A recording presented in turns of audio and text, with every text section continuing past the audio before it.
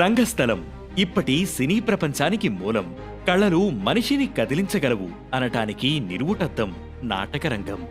ఇప్పుడంటే వెండితెర రంగస్థలాన్ని కప్పేసింది, కాని ఒకప్పుడు వినోదం, వికాసం, వైవిధ్యం అన్నీ ఈ రంగస్థలమే. అందుకే ఎన్నో తరాలను అలరించి ఆలోచింపచేసిన ఈ రంగస్థలానికి కూడా ప్రత్యేక రోజు ఉంది. ప్రపంచ రంగస్థల దినోత్సవం సందర్భంగా మన దేశంలో అలాగే ప్రపంచ దేశాల్లో ఈ రంగస్థలం మూలాల గురించి ఈరోజు అనగనగాలో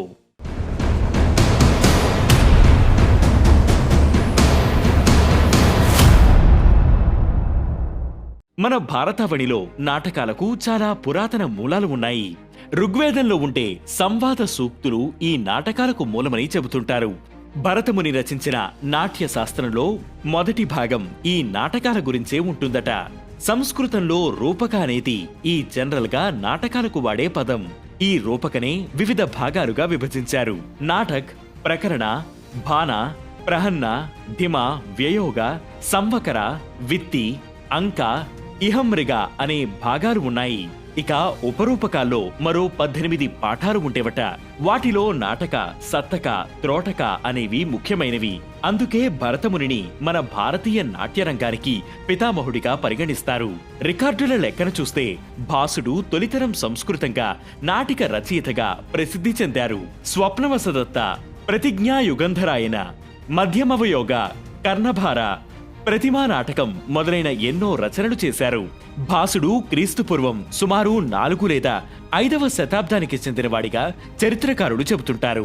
ఇక మరో నాటికకు ప్రాణం పోసిన మరో కవి కాళిదాసు 4 లేదా 5వ శతాబ్దానికి చెందినవాడుగా చెబుతుంటారు. ఇక వీరిద్దరూ కాకుండా భవభూతి, శూద్రక, విశాఖదత్త, రాజశేఖర వంటి రచయితలు భారత నాటికా రచనలకు కృషి చేశారు. ఇక అలా క్రమంగా ఈ నాటికలకు సంబంధించి వివిధ కళలు పుట్టుకొచ్చాయి. ఇక పాశ్చాత్య నాటకరంగం విషయానికొస్తే దీని మూలాలు గ్రీసులో ఉన్నాయి. క్రీస్తుపూర్వం 6వ శతాబ్దానికి చెందిన థెస్పిస్ తొలి రంగస్థల నటుడిగా చెబుతుంటారు. స్వతహాగా రచయితైన థెస్పిస్ తొలిసారిగా 534వ సంవత్సరంలో గ్రేట్ డయోనైసియా అనే ఫెస్టివల్ సందర్భంగా తన నాటకాన్ని ప్రదర్శించినట్లు చరిత్రకారులు చెబుతున్నారు. వినోదం, వికాసం, విజ్ఞానానికి ఒకప్పుడు ఈ నాటకాలే మూలాధారం.